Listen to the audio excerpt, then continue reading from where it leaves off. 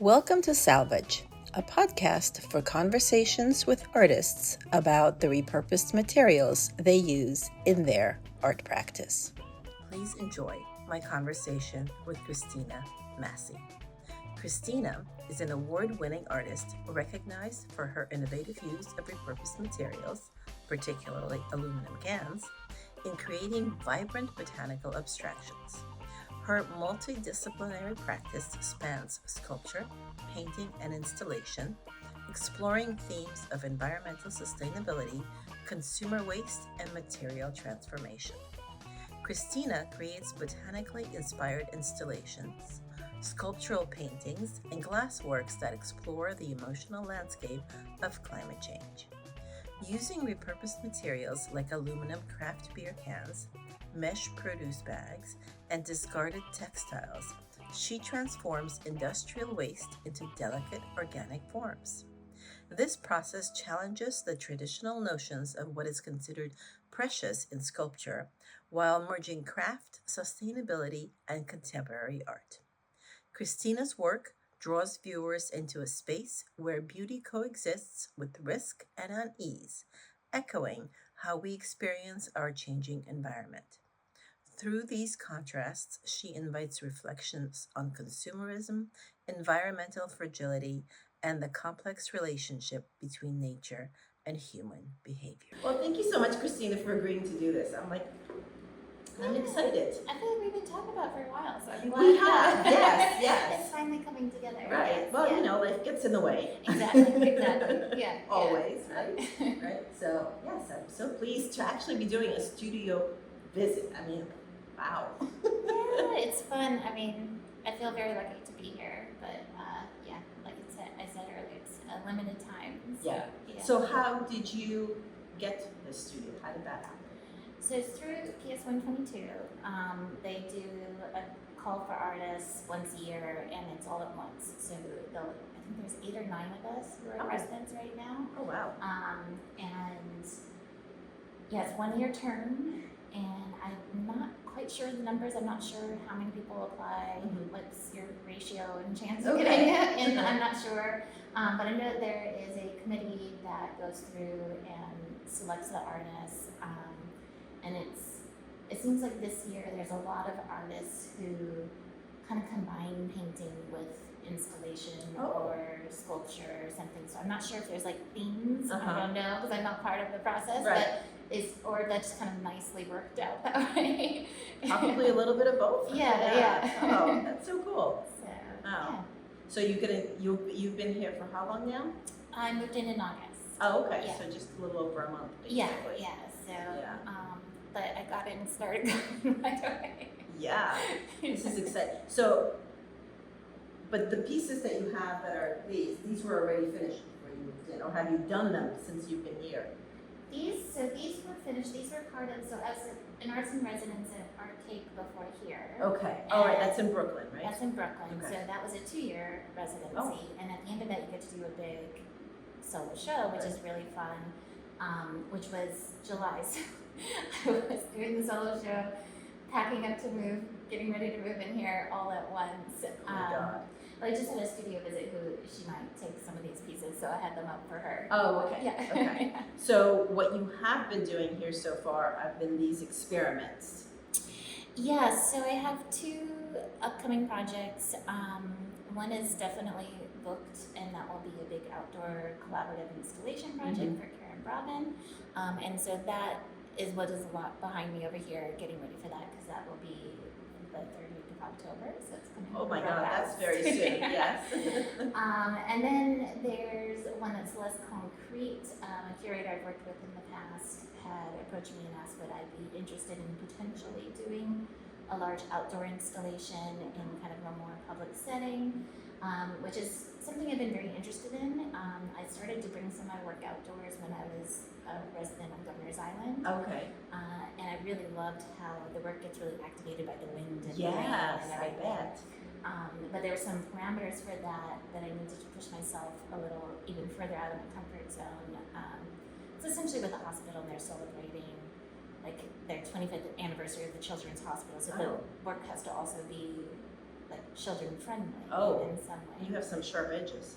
They're actually not very sharp. Oh, okay. Yeah, that's one of the most common questions is I repurpose the aluminum, and a lot of people, it's like in their head they think more like soup cans rather than aluminum I cans, guess so they think that it's really sharp, but I kind of love that there's a bit of a hesitation, because to me that's kind of the interesting thing about nature is we love it, it's gorgeous and beautiful, but also real dangerous. Yes. So I love that there's that kind of duality in experiencing the work, but in reality, if you actually touch it, it's just kind of like thick paper. That's awesome. Wow. But yeah, no, so for that, it's kind of different. I'll be exploring with some different materials. I've never done before, but I don't know for sure if that project's going to happen, so we'll see. Okay, that's fine. But yeah, experimenting a lot since coming into the studio. So I don't know much about aluminum, but does it rust in the outdoors? So I also paint the work, and it hasn't been outdoors for a long installation. Now, if you were to just say find an aluminum can that's been out in the elements for a long time, yeah, there's going to be material changes in the surfaces. I'm using kind of a combination of a primer, acrylic, and a medium meant for non-porous surfaces in the work, and in my test in outdoors. What I was curious was, is that paint going to fall off? Yeah. What's going to happen? And it stays, which is beautiful. Great.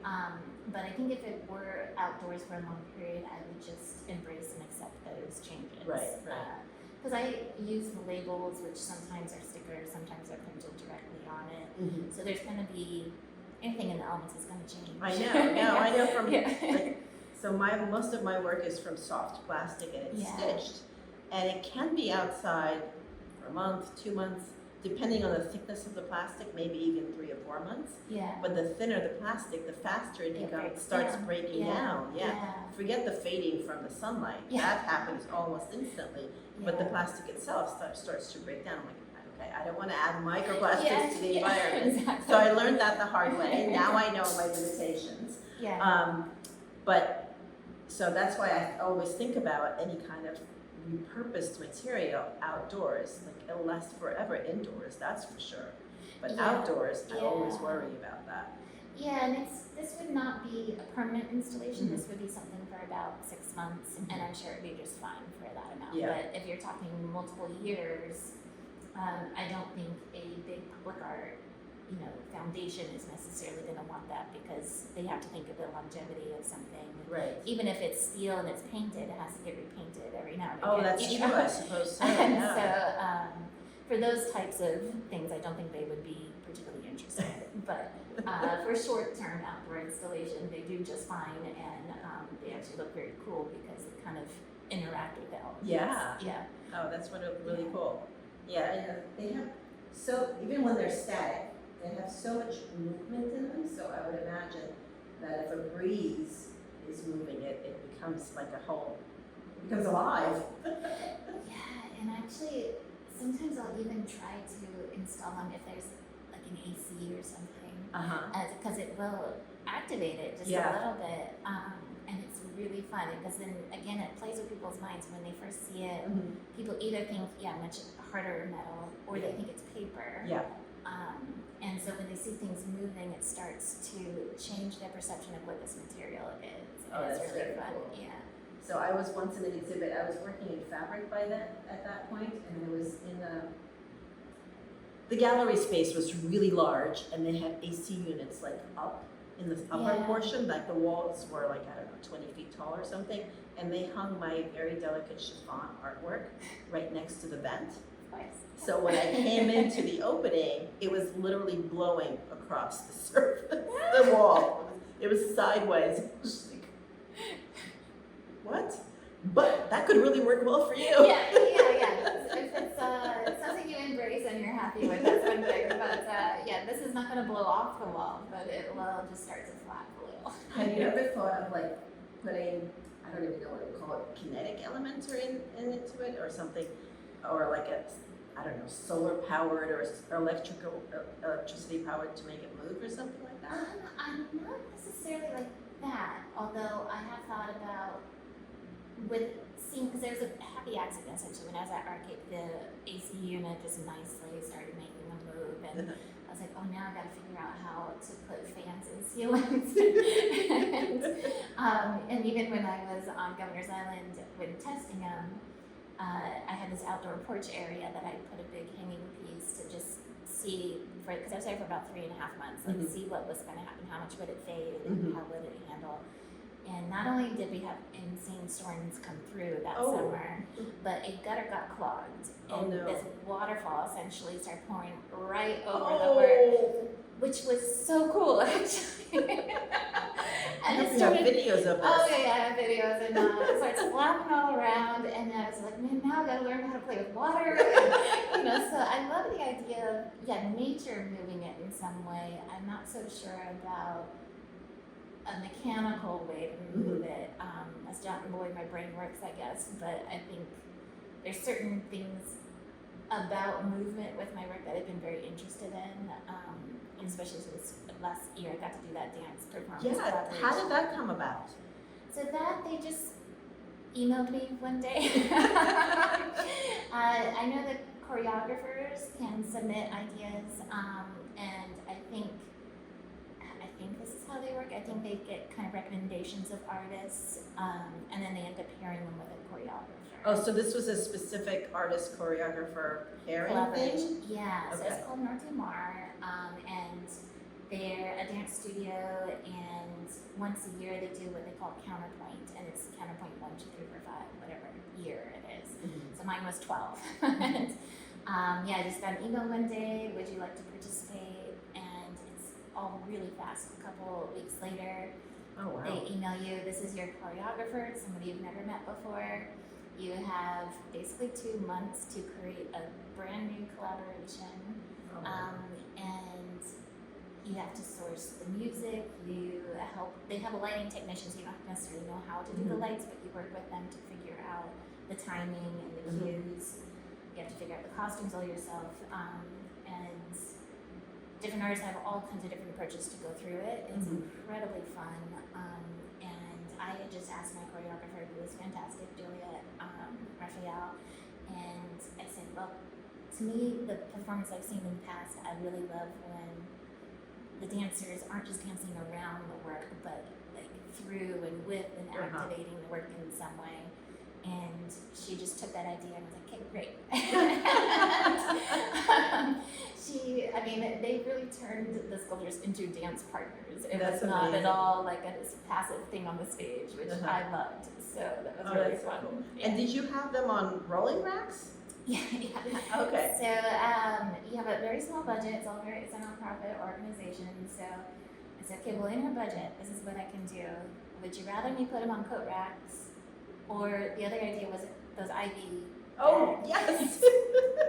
And she's like, I think I can do more choreography-wise with the coat racks. And I was like, great, because I can still use those. I see them here in your studio now. And so essentially created aluminum weavings that were all kind of blue and green tone on one side, and then like browns, reds on the other side. So there was this moment of reveal of seeing, and kind of like a lot of the inspiration behind the work of the choreography was, and a lot of my work in general, is just kind of how we experience climate change. Is sometimes living through it can be confusing sometimes. Like for me, as a California girl, I like 85-degree weather. Even though part of me is, my head is like, shouldn't it be cooler by now? Yes. And so there's that conflict of like, okay, but I'm enjoying this, but I know it's wrong.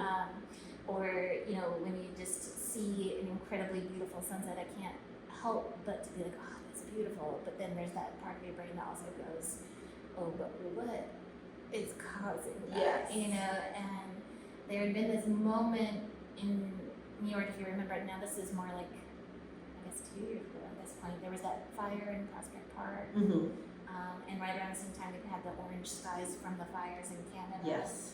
And it was interesting to me because I'm, again, from California. I've had so many near misses with friends and family in fires. But to me, that wasn't a foreign concept, and I knew we were in drought. But most of my New York friends had no idea that we were in a drought. And so that became a real inspiration for the choreography. So she would have the dancers kind of pause and look up and kind of like, they're thinking like, when was the last time that it rained? And so then the work would kind of fluctuate between these very dry and wet seasons. Oh, how cool. Which was fun. Is there a video of this online? Yes. Oh, yes, good. Yeah. You'll have to send me a link so I can include it in the show notes. Sure, yeah. That would be very cool to see. Yeah. All right, so let me take you back. Sure. You mentioned California, so you grew up in California. Yeah. Were you an artistic kid? Yes, and as much as, I could be, I suppose. I didn't grow up in an area that necessarily had any access to arts. Oh, okay. But my mom and her mom definitely had artistic talent. I would say my mom could have had a whole career in design if she had wanted. But she was a nurse, but she always had a wonderful eye, especially for like interior design, and so just kind of aesthetics were a part of growing up. But there wasn't even like a local art center. There was nothing. Oh, wow. And there wasn't even real art classes until about high school. Before that, I would take the most creative classes I could. There's things like wood shop or, photography was really like yearbook class, and I would take those type of classes, but they didn't really have art class until in high school. But despite all of that, it was just something I enjoyed, and even started getting hired to do murals or portraits of people's kids and things as young as like 14. Oh my gosh, So that's amazing. it was always a part of my life, but I wouldn't say I was actually really introduced to what the art world is. Just barely in high school. Thankfully, my teacher seemed to recognize that I had a passion for this, and she kind of would create field trips to go to San Francisco, and it was my first time going to a museum. Oh my gosh! Wow! And just those were really special moments. But even through college was still, I would say, a real learning curve compared to kids I meet that just grew up here. I mean, their access to the arts is unparalleled. So it took me a long time to kind of get to understand even what does that mean? Sometimes I'm not so sure now either. Yeah. So it was something I wanted, I knew I wanted, but I didn't have any introduction whatsoever to what that was. Wow. So what did you go to study in school? I did go to study art, and I went to a liberal arts school in Northern California, and largely because they gave me a scholarship, so I was like, okay, that's where I'm going to go. And I think it was, I was always jealous of those kids that got to go to the, art schools, but that was just so far out of my feasibility that looking back, I think I had exactly what I needed, because I had courses with professors where the course size was only usually like 11 kids or something. Oh, so you had a lot of attention. A lot of attention, and a really good program considering, it's not one of these big elite schools, but just the access to studio space, access to all the materials, access to the staff. It's actually much better than, I've gone on tours at like Yale. They don't have the same type of stuff. And it's like, so sometimes, they might have the big name, but, if you're just kind of barely getting your toe in there, I think getting that attention was probably more important. Yeah. Wow. So what was your focus? So they did make you choose a focus, and I chose painting to just seem like that's what I was supposed to do, or more than I had just had more exposure to that than I'd had anything else. So, but they did require you to take so many courses that you ended up taking just about as many other courses. So I took tons of printmaking classes, I took tons of ceramic classes, I took every painting class you could possibly take, every drawing class you could possibly take. But the only ones that I didn't get to take, which I wish if I could go back, I would have taken, there was 2 sculpture classes that I would have loved to have taken, and they had a glass blowing program. How cool. But the irony of that was that was such a popular class that a lot of art students didn't even get into it. There was a lot of kids of other majors that got into glass blowing. Yeah. Huh. Yeah. Go figure. I know. So I did actually, even though I ended up using glass later in my work, I didn't get to do it when I was there. Yeah. So what kind of paintings were you painting? The earliest work was very inspired by the environment. We're going like late 90s. There was this transition of the digital age, and to me it felt like it was disconnecting us from nature. So the paintings were kind of like starting to be pixelated and would be kind of a landscape-esque with this pixelation, and then there was usually a figurative element that was feeling trapped between. And that was kind of what I did for a long time.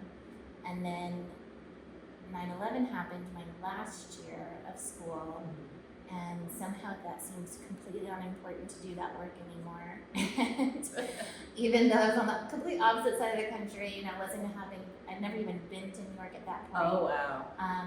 But actually, no, I had been to New York. I'd been to New York once. It was the winter before, but I'd never really spent a huge amount of time here. But yeah, then my work completely changed for a few years, and it became very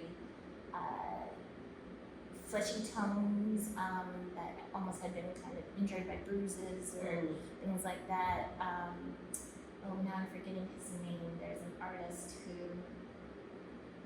I think Byron Kim, does that sound right? Does sound like a familiar name. He ended up doing paintings that looked almost exactly like my paintings. Oh my gosh. My BFA show, like 15 years later. But he obviously didn't take it from me. There was no way he could have known I'd done it, but like just ironic that it looked almost exactly the same. I think it was just me dealing with this turbulence that was in the world at the time and finding a way to make it personal. There was a lot of rhetoric at the time of like painting is dead. So that was kind of the inspiration, is like I didn't think painting was dead per se, but perhaps injured by that rhetoric. Injured by the rhetoric. That sounds like a title or something. So it was like it was healing, but it had suffered injuries. So I did that for kind of my BFA show, and moved to New York right after, and then eventually transitioned into this work. Okay, so 2 questions. First, what brought you to New York? Always wanted to come here. I mean, this is art capital, right? I was on a very tight budget for college, so going to school in a big city was not gonna work, and certainly going to school out of state was not gonna work. So as soon as I could, I literally packed up 2 bags. Oh my God! One was full of all the art supplies that I had, and one was just like a tiny bit of clothes and a towel, and and I moved. Did you know anybody here? I knew nobody. I did everything wrong. Oh my God! I knew nobody. I didn't have a job. I had no money. I did everything you're not supposed to do. But I was just gonna make it work. Clearly, you have. It was less than a year after 9/11. Yeah, that's crazy. But drama, my God. The sentiment at the time was just kind of like, don't let this event change your life. Don't let it change your plans. So this is, you've been planning this for quite a while then. Well, I knew I wanted to move to New York. I knew I couldn't afford to go to school in New York, so as soon as I graduated, the plan was to move. But of course, 9/11 happened at the very beginning of my last year of school. So there was some kind of like, is this what I should be doing? But yeah, that was the sentiment, is don't let this change your plans. Yeah. That's our way of fighting back in a way, is just to live your life. Absolutely. Which was, I get it, but it was also a little naive too when I came here. Just had no idea the little ways that would affect my ability to even get a minimum wage job. The guy was competing against people who had decided to quit Wall Street and were just like, I'm gonna have a dumb job, I don't care. And I was like, why do I have to compete with this person for this little job? Like, this should be someone who just got out of college. Oh my gosh, wow. And so I ended up just getting like a little, like, I did like retail windows and stuff. Oh, okay. But yeah, it would be coworkers who literally had worked on Wall Street for 10 years. Wow. Or had been lawyers or had worked in the towers, you know, and Uh-huh. a lot of finance people who are just like, screw this, I don't want to be anywhere near downtown anymore, I don't want anything to do with that life anymore, and just wanted a chill job. And I was just like, this is like an insanely competitive job Yeah, market. that's crazy. And of course, most of those people probably had some good savings, so they didn't need it for the money. Yeah. They just wanted it for something to do, and I think a lot of them were dealing with post-traumatic stress. Yeah. And it would keep their minds busy. But yeah, here I was just like, I just need to pay my rent. Yeah, see, I don't know any of this because right after 9/11 happened, I literally left the job market. Yeah, Like, I found out I was pregnant with my first child, and I was like, all right, well, if I don't have to, and luckily I didn't have to, Yeah. I'm not even going there. So I wanted to Yeah. stay home with my kids. But, so I don't know any of this. I didn't realize that all those people from high-powered jobs were competing for the little jobs. It was weird, you know, and also, you know, I always thought like, oh, I'll just work at like a museum or a gallery, and again, a little bit naive because I was coming from a little town, you know, I didn't know that most of those jobs went to, you know, people of higher economic status usually because they don't pay a lot, and also the galleries need that relationship connections to collectors that I certainly couldn't provide, you know, so yeah, there was a little learning curve of, I like to call my first couple of years into it my hazing. Wow. So what was, all right, I'm skipping, I'll push my second question further. So what was your first art job? Ooh, well, I mean, it's still artsy doing the windows. Yes, definitely. But that was tough work. You often worked overnight, and that allowed me to then work on my art during the day. No sleeping required. You know, you're 20-something. Yeah. Who needs sleep? Now I couldn't do it. But let me think. So, I like to say, yeah, I had a little bit of bad timing for life because I went into the job market with the 9/11 thing, and then shortly after we had the recession. And at that point, I was in the interior design world, got laid off from there, and then I ended up working for a couple who were like an artist and actor, and that was just a part-time job, but it was perfect. I mean, they were so supportive of my art career. Like, if I ever needed time to do anything, they always gave it to me. Oh, wow. They would let me just borrow their car if I needed to schlep artwork to a show, or and it was such an introduction to what people who've been doing this and creating and building their careers from scratch. Also, you know, they weren't born into anything; they had to work their way up to where they were since, you know, the 80s, and exposure to that world was crucial. Yeah, it's a whole education on its own. Yeah, and they were friends with all kinds of artists and poets and actors and directors and you know, all these people who were making living off of their creative entertainment. Yeah. You know, whether it was from dance to directing to paintings, whatever it was. So that was definitely kind of the first real introduction to not just people like myself who were just like kids just out of college trying to make it, but like actual adults who, you know, they've been doing this for 20 years, and how they had made that work was a big deal. Yeah, I think that's important. I think we should do a college course in that, actually. Yeah. I mean, I didn't go to college for art. I have a BFA, but I went for fashion design. So yeah. there, they do talk to you about who you could work for, and you know, there's internship and actual working companies and all of that.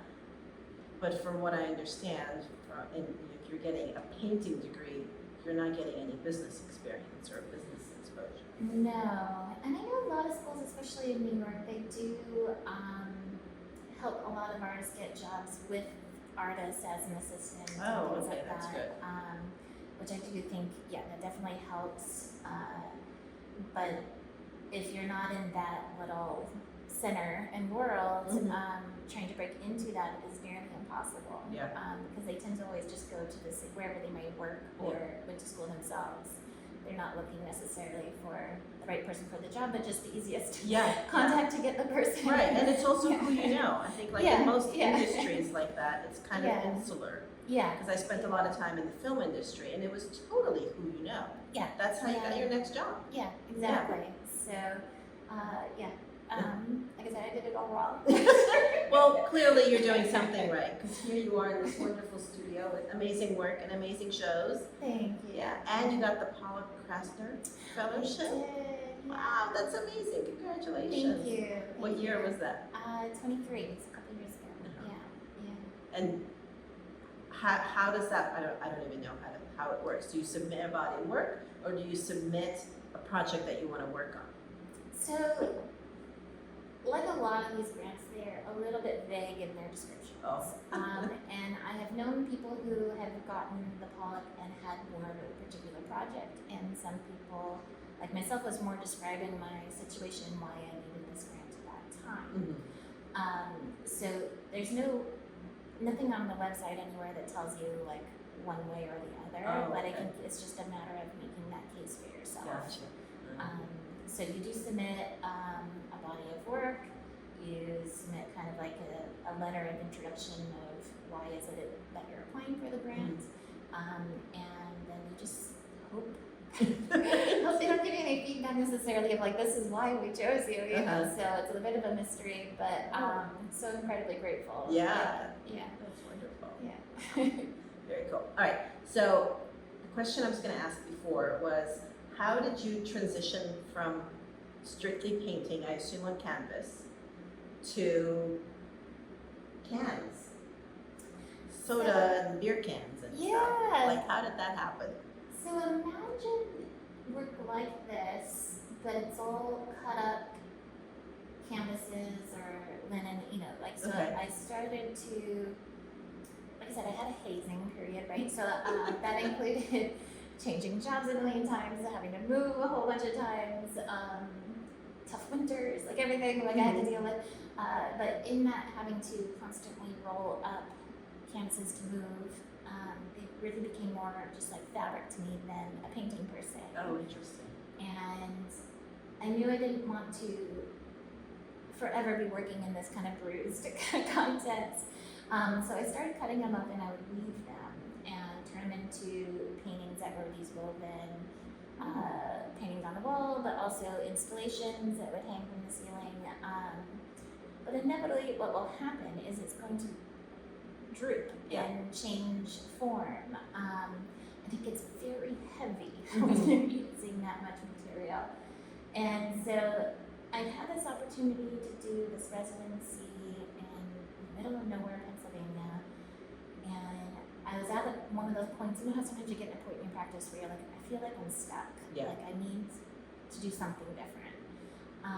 And at the time I felt like all the shows that were getting offered were all fiber art something. Oh, interesting. And I love fiber arts, but I was like, I don't think I'm actually a fiber artist. Like that didn't seem to resonate with me. And I was like, how can I do what I'm doing, but have it be the opposite of fiber arts? Okay. Let's use this residency as an opportunity to just push myself to do something different. I wanted it to be material that I could get easily. This is so far out there that like even if you needed to order from Amazon, it was going to take like at least a week to get there. It's only a 4-week residency. Okay. You know? And these cans were just in my view, and they were so beautiful. And I remembered playing around with cans a long time ago. My sister's an architect, and I guess what they often would do with the cans, even in architecture school, they would use it to create little models. Oh, interesting. And so we used to sometimes kind of send each other like funny letters and things, and sometimes using the cans and stuff. And so these memories were coming up, and I was like, oh, I think I'm gonna to try using these cans. I don't know what I can do with them, but I'm going to try it. And Okay. so I just took those 4 weeks to play and experiment and get used to this material and fell in love with it. The original pieces were more of a mix of aluminum with canvas or paper and things. It was more of me, I was discovering how to use this material, and then it started to really take over my practice, really with a residency in Governor's Island. Oh, okay. Because with that one, you have to be able to physically carry everything you need there. Oh, right. And on that little and tiny a little- ferry. on the little boat, and same when you're leaving the island, everything's got it that you've made. You now have to be able to carry off on the ferry, and so I started thinking of how could I use, and it gave me a ton of space. I had like 3 rooms. How could I use the architecture of this old house as like kind of the framework architecture that I might use? Like there's a frame behind the pieces that's kind of like painting base, right?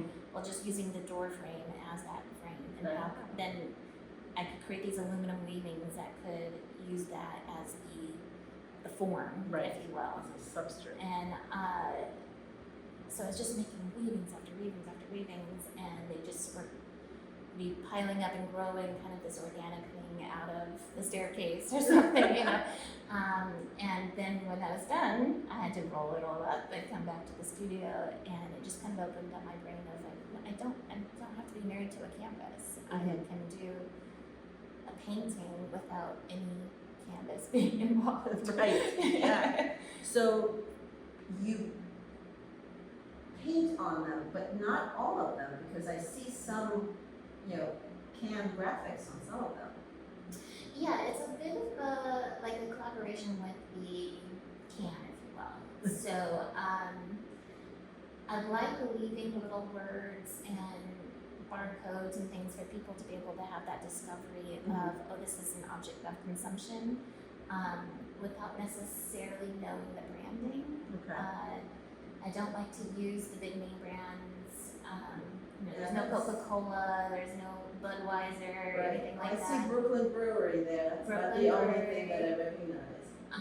But like those words, even if someone doesn't know Brooklyn Brewery, they might recognize Brooklyn. Yes. I do like that because I've been just telling a story again about my relationship to the word. Yeah. And part of, I use all craft beer cans. And that's partially because I like the idea of they are small businesses. There's the economic, or not the environmental aspect of shopping local. They are actually incredibly environmentally sustainable businesses. Most of them partner with the farm, so that their waste goes to enrich the soil, and then they get the grain, and it's wow. very circular in that way. I didn't know that. That's very cool. Yeah, and so anyhow, the cans will be painted with this idea of allowing a bit of discovery, but also acknowledging that to me this is a painting, it's not a sculpture. Oh, okay. There's things I want people to find in there, that certain words that might relate to the environment more, or perhaps different social or things that are happening in the world at that time that that piece was made. Oh, okay. So if I was to spend some time, and I found a few words here and there, I would get more of an idea even if I didn't read the title of the work. Right. That's very Right. cool. That's very cool. So then you paint sometimes on the outside of the can and on the inside as well. Yeah, so I'll start with the process of collecting the cans, right? So I thankfully have a group of people who are very happy to collect cans for me. That's awesome. Okay, that was going to be a question. Then- Otherwise, you're consuming a lot of craft Yes, beer. exactly. I have a lot of help there, thankfully, some very happy volunteers. But they have to be washed out, cut open. I tend to kind of gather them by general color tones, and I weave them with wire, and I paint the backs first usually. And as you're seeing over here, this is kind of the beginning structural process. Is I'll start to, this is just pinned on the wall, as I'm kind of figuring out the tonal shifts and So is that painted already? no. It's not painted No. already. So those So are the this colors is- of the can. Those are the color of the cans, but as I start to put something like that together, I'll be going, okay, because I think of them almost like brush strokes, right? So some of them I want to be big gestural and some tight, and so I'll be like, okay, I really need some tighter marks or some bigger loopier marks, or we need this shift to kind of go from this tone to this tone, and I'll start creating the weavings specifically to kind of fill those voids. And then once I'm there, I then start to secure the actual structure. So whether it's like, this will be installation, so it's meant to just kind of roll up, so I have to bring it up to Harlem and kind of similar to Governor's Island and be able to roll back out. Or if it's going to, like, say, a gallery and it needs to have that more kind of like finalized structure, it'll be on a canvas frame or something. So then, once its structure is set, then I go through and paint. Oh, and is it acrylic paint? It's kind of a combination of like a primer, acrylic, and it's a medium meant for non-porous surface. Oh, cool. Yeah. So wait, you're mixing the paint and the primer together, or you're putting the primer on first? Well, for the back, I'll put primer with, I'll tint it. I use a lot of these. Do you know them? Where? Nope. So I don't use paint much. it's pigment, so you can put the pigment in anything that will bind it. Oh, okay. And so I'll tint the primer so that that's already got a tone to it. And then if painting the front, I'll also mix just a little bit of primer with the mediums and the acrylic because it helps it bind on that surface better. Oh, so, but do you ever like scratch up the cans with sandpaper or something like that? No. Okay. Just It use stays it. on. Yeah. Cool. Even in the rain. Even in the rain. That's amazing. Wow. But they're a small artist-owned, family-owned business, and they're a really wonderful company. And I try to get all my paints secondhand if possible. So I happen to have inherited just tons of this stuff, and it's incredible. Oh, that's awesome. Wow. Because what it allows you to do is really have complete control over the tone and saturation. Ooh. Rather than in a pre-done tube, you have so much more control of like what's the actual tone and saturation of that pigment that you want to have. So, like painters absolutely love. Okay. Good to know. Yeah. I don't think I'm gonna be intending to paint, but I'll make sure to take a picture. Wow, very cool. So they're held by wire. Yeah. But then, what is the wire gets crimped or something, or is there more? I don't know. There's screws or nails or something keeping it together. If it's something like this, so there is a like a chicken wire underneath substructure, and then a canvas stretcher. So the sides get stapled in, but there's just multiple points of connection to that kind of substrate form. But yeah, otherwise, I mean, they're pretty resilient. You can throw that thing around and it's still gonna look like that. Well, that's a good thing to know. Wow. Very cool. And they don't look at it, but you could just kind of lie down into it. Really? You're not gonna get that. Yeah. Yeah, that was one of my questions at the beginning. It's like, is it sharp? No, it's not.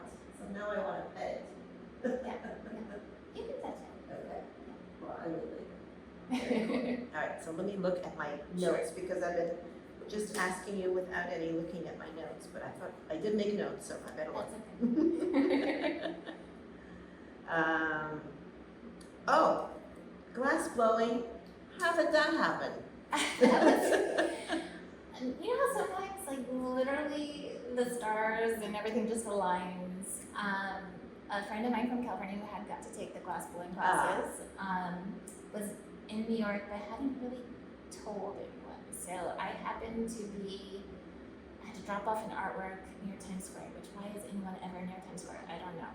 But I get this group text and she says, I'm near Times Square, this hotel. I have time just to meet for a little bit because there happened to be a solar eclipse happening. Oh. She's like, I have time to meet for lunch if anyone's available, and then we're gonna watch the solar eclipse, and then I have to take a flight out.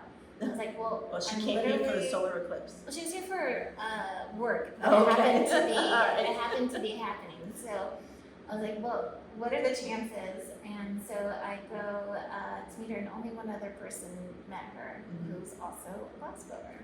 And at the time, I was struggling. I knew in my head what I wanted to do, but all my tests were failing. And Wait, test with what?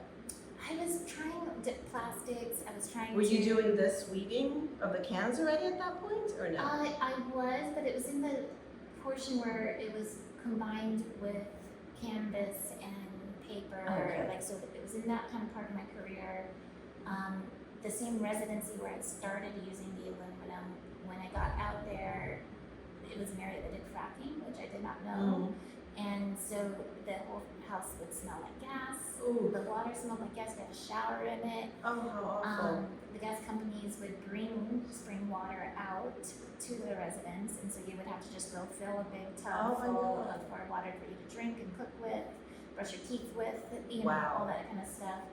And it started having this idea in my head of like, what are long-term effects of this gas in the ground? And I had this vision of like, kind of this bulbous form in a plant-like form, but I couldn't figure out how to make that bulb form.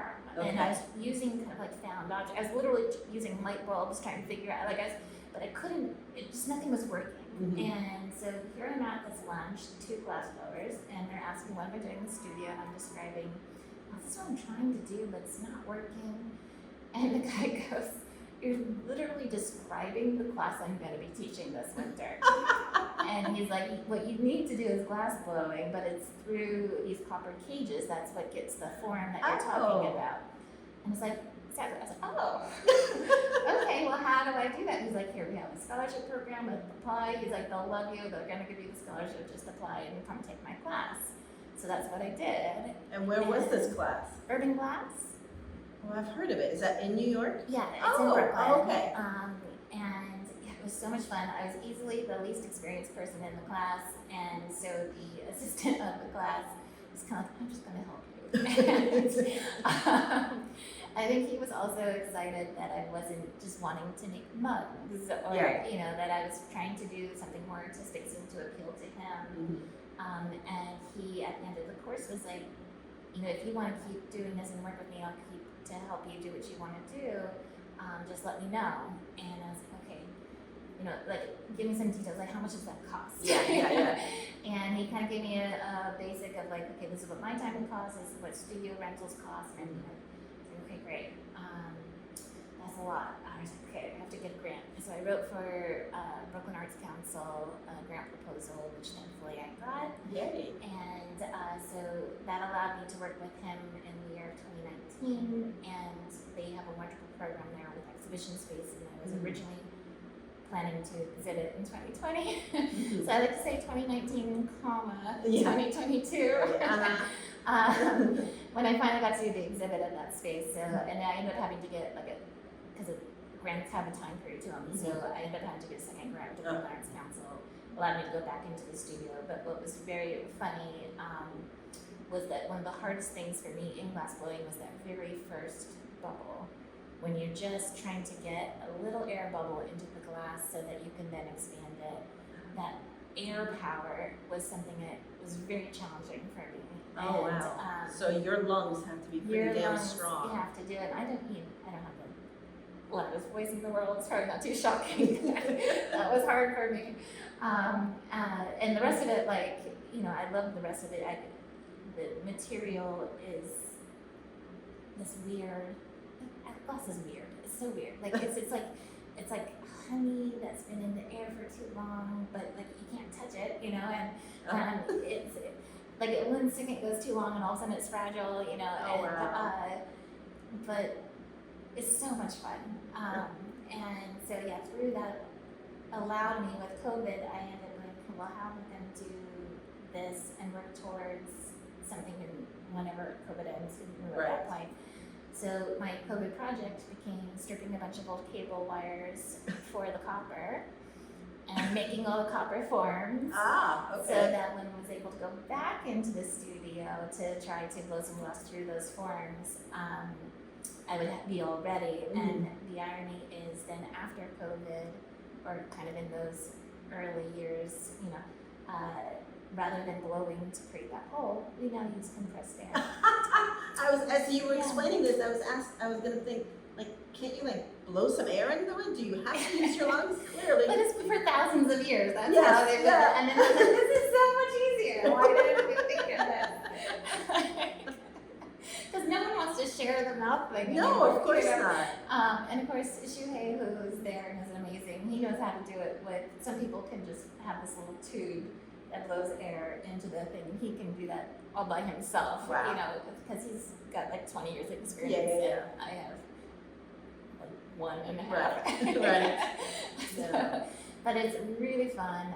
We use what's called the student grade glass, which is all projects that have been broken down and melted again. Mhm. So glass all has some imperfections, but I like the Right. imperfections, and I think true glass artists always like to have that pristine, which is a very different thing than what I'm doing. Right.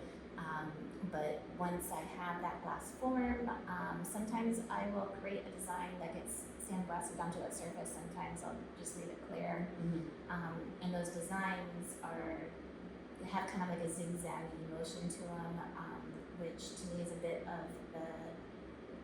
that aspect of living through climate change that can be very confusing. So where we're constantly trying to measure Mhm. what's happening, and it always is breaking records. It's always Yeah. kind of, when you think things are going this way, you'll get a zag this way. Yeah. And so they look like patterns, but they're not really. Right. And they kind of distort the view, so that Mhm. when you're looking inside, there's a bit of that crystal ball aspect of trying to predict what's going to happen, I like and that. a bit confusing. So yeah, a lot of people ask, what is that zigzag motion? But that's what that comes from. Oh, okay. I thought it was just a pretty design. And they look like some kind of an exotic bloom that you might find in the Amazon or something. Yeah, they're meant to be very biomorphic and feel like they could have come off the earth, but you've never actually seen a plant like No. that. Yeah, which is kind of the surreal, futuristic kind of aspect of, again, like, all these things that we're putting into nature are eventually going to do something. Mhm.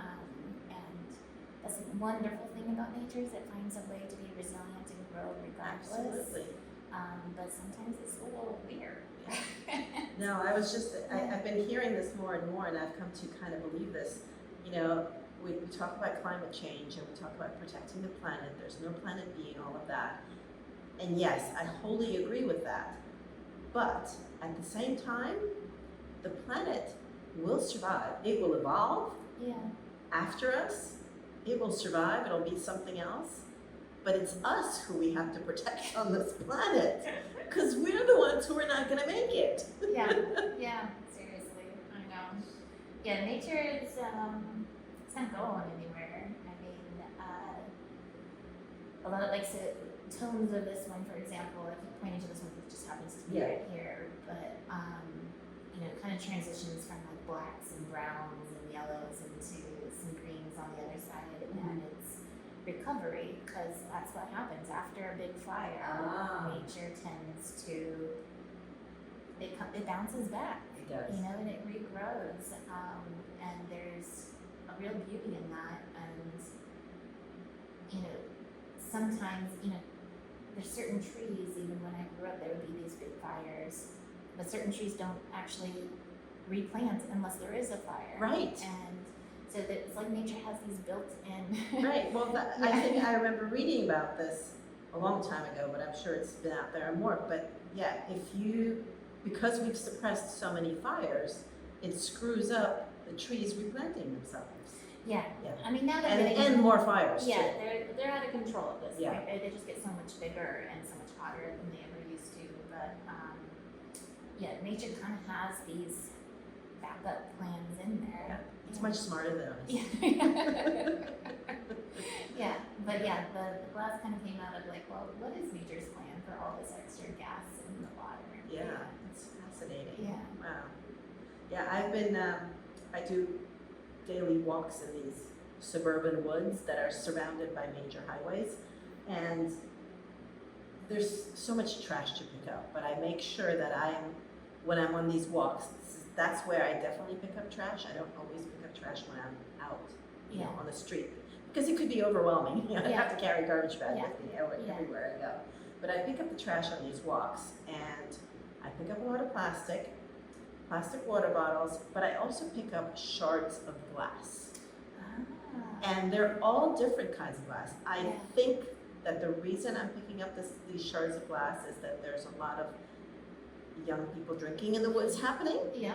I don't go there at night, so I don't know. But that is my suspicion, because sometimes I'll find full, you know, like bottles. Yeah. And a lot of times I find these shards. And at first I started picking them up because I'm like, you know, my dog is going to hurt his paws. Yeah. But now I'm like, oh, look at the pretty colors. Yeah. So I have been saving all these glass shards. Yeah.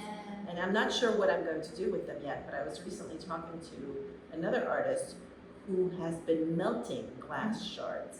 And I didn't know that you couldn't mix glass. Like, it's sort of like plastic recycling. You can't mix the number 1s with the number 7s or whatever, because that just becomes a bad product. But I didn't know that was so about glass as well. Yeah, I mean, you bring me back to my childhood. Like we would collect all kinds of aluminum glass and bring it to the recycling center and get money for it. Yeah. And, you know, my parents would always, or my dad in particular, remember always being like, it's like finding money on the ground, you know. And but yeah, you always had to separate everything. Brown bottles, clear, green. The aluminum could largely go into one thing, but yeah, you had to separate everything. I do know some artists who have kilns and they fuse glass, and it's a bit of a trial and error because they use a lot of found things. So they'll find, say, a vintage beaker and something, and they just kind of see what happens to fuse and what works. So I think there's a bit of a trial and error with that. But yeah, if you wanted to completely melt to, say, then reform, then yeah, the glass gets a little. Wow, that's fascinating. I also learned, sorry, I'm sharing things I learned recently, but the glaze on ceramics, that is essentially glass too. Yeah. Nobody has ever explained this to me until this artist this weekend was showing me her little fish, and she was like, and explaining the glaze, and she's like, it's essentially glass. Yeah. Mind blown, what? I know, and glass is very interesting too, because essentially it's from sand. And that's a whole nother environmental concern. So like where are they getting the sand from this glass? Well, it's starting to be a problem. Yeah. So it's a complicated, like everything, complicated material. And part of what I love about the aluminum too is that it's one of the easiest to recycle materials, but huge parts of the United States just don't have good enough facilities to sort. And so I read this article recently, I can't remember where it was on. It was something like $800 million a year is not recycled because it just, in wherever towns, they don't have the facilities to be able to sort it. Wow. Which, to me, I'm like, why is the government going through and laying off all these people that saved them or probably cost them money? Like when if you build a couple facilities, you know, like that seems like a much better investment. Definitely. But, yeah. It's kind of crazy. I've been listening to this podcast. You know who Dr. Ayanna Elizabeth Johnson is? No. Oh my God, you need to look her up. Okay. She wrote a book called, oh my God, I'm blanking. She wrote several books, but the one she has last, I'm blanking out, but it's something like, can it be saved or something? Oh my, totally, that's embarrassing that I'm blanking out. I was just listening to her podcast on the way over here. I'm more of a visual learner, so sometimes I need to see it, and then I'm like, oh yes, I know this. But anyhow, she has this podcast, and I was listening on the way in. She was interviewing Dr. Kate Marble, it's not a great name, Yeah. who is a scientist that does like modeling. Okay. It's completely stuff that I cannot even comprehend, but it's fascinating to listen. But she was talking about exactly that. Like if we, instead of spending money, doing something that has nothing to do with anything, if we invested in the infrastructure of our own country, we'd be so much better off. And we'd do better for climate change as well. Yeah. I know, but here we are. But Yeah, here it's we a big are. climate week, and Yes. some bad things are going on. Yes. Well, We don't need to go into no, we don't need to go into that. So I actually don't even know what time it is. It is 12:10. Okay. Do you have a little more time? Sure, Okay. if you do. Yes. So I just have a couple more questions. Oh, I wrote down that you were using enamel paint on some of these, or is that in the past? That's not what you're working that on was, now. when it was still testing out what paint would go on the surface. Oh, okay. So it was just paint that was meant for metal. Oh, okay. So thinking about, that long term, like will it rust or what will adhere to it. I was kind of testing things out. Okay, cool.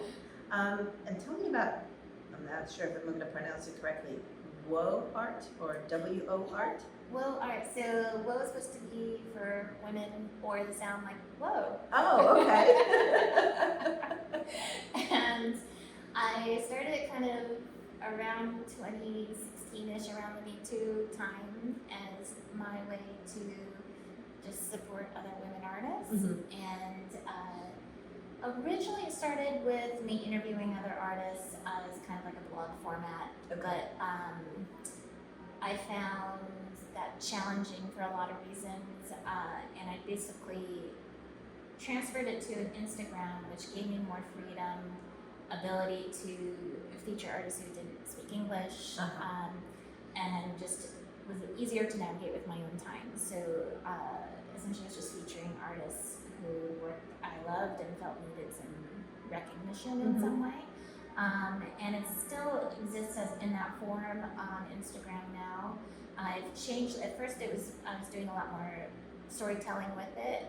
So say it was Climate Week, I would be featuring all artists, addressing issues of the climate. Or if I was having a haircut that day, I might look for an artist who worked with hair. Okay. It was all kind of like a narrative, like a blog, visual blog in that way.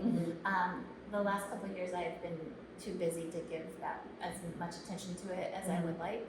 So it's largely been more like, this is shows that I've seen and I love and I want to share with people. But there's always in the back of my head, so I liked it because there's something really fun about just the surprise feature, when you get to provide that moment for somebody that they were not expecting. Yeah. There were so many times that I would share someone's work and, for whatever reason, whatever the theme was that day, and I would get a DM of like, this, I needed this right now in this moment. Oh, that's beautiful. And so I loved doing that. It really creates a beautiful community with the support kind of network of female artists out there. But yeah, so it's still in my head. I'd like to kind of return a little bit to that narrative form. I need like a team of like 10 people. Don't we keep all? up with everything. A team and sponsorship, yeah. Which I'm sure you do too. Yes, oh, I desperately need some sponsorship for this podcast, yes. We'll get you there. Okay, okay. All right, I'm gonna ask one final question. And I always have trouble just how to phrase this. So because your artist statement says you want to invite a reflection on consumerism, environmental fragility, complex relationships between nature and human behavior, what do you think is an artist's role at the time that we're living in now, especially as far as the climate crisis is concerned? I think artists in general right now, like the feeling I get from a lot of artists in general is that it's a kind of a rough time. There's so much going on and people are feeling overwhelmed by politics, by environment, by all these other things of like, am I doing enough? is definitely a feeling that I've heard from a lot of people, or they feel my work doesn't matter, like why am I even doing this? And I think in moments like this, that is our job, is to create. It speaks to people on another level. We're just teasing, I'm a visual learner. That's how I absorb the world, is through visuals. And I think so many people do, and they don't even realize it, right? So even if they're that Wall Street person, walking by, if it starts a thought in their head about what's my responsibility in relationship to this material, to this world, even for that split second, you've done your job. Yeah, lit like a little ember. A little something, or even if you just provided a moment of reflection, joy, stopping in your tracks, not looking at your phone. That is our job as artists, is to make people stop, look, absorb, and ideally reflect on what it is that they're seeing. So I think in times like this, that's our job. We have to keep making, because who else is going to do it? Right. No, I love that. I think it's, I think part of the artist's job is to notice. Yeah. And I think because, yes, you can say it's because our noses are buried in our phones that we don't notice anymore, but I think that was an issue before that as well. Yeah. People walk around with blinders on. They don't stop to notice. Yeah. So if we can make them notice. Yeah. And I think artists tend to, whatever it is, a collective conscious or whatever it is, it is funny how you see trends, and that's, artists are observant people, so they're seeing something and making a commentary on whatever that aspect of society is, and in the realm of climate, there's a lot of people that approach it in different ways. There's people who are approaching it in very scientific ways. There's people who approach it in kind of a doom and gloom kind of way. I feel like I'm a bit more of an optimist. I believe in the resilience of nature, and there's an honesty of that we live in a consumer society, right? Society. Making up words. Yes, why not? So I know that me, as someone living in the world, like how the choices that I make a difference to my overall concerns with the environment. So I'm constantly, if I'm having to buy things at the grocery store, to the clothing that you wear, to, am I taking the subway or a ride share? All those things are just constant choices that we have to make. And, there's always been situations that don't perfectly align with your goals. Just being aware and trying to be as balanced and proactive as you can, right? Yeah. That's something that we can all do. Yeah. Well, thank you. That was beautiful. Thank you. And thank you for giving me your time in this beautiful studio. I'm so happy you were able to come. Yes, me too. Thanks so much for joining me for that conversation. Mind blown. So many ideas, so many things to think about now. Oh my goodness. Please do look at the show notes and follow along with the links. Oh, and if you love this podcast, please follow, share, review. It can only grow, and I can get to interview other artists if you keep doing that. The more followers I've got, the better chances I have of interviewing fascinating artists like Christina. So please do click a follow and review. Thank you. This podcast was created, produced, and edited by me, Natalia Korover. Theme music by R.C. Gaida. To find out more about me, go to artbynatalia.com. To find out about my community, go to repurposercollective.com. And to learn with me, check out all my offerings at ecoloop.art. Thank you for listening.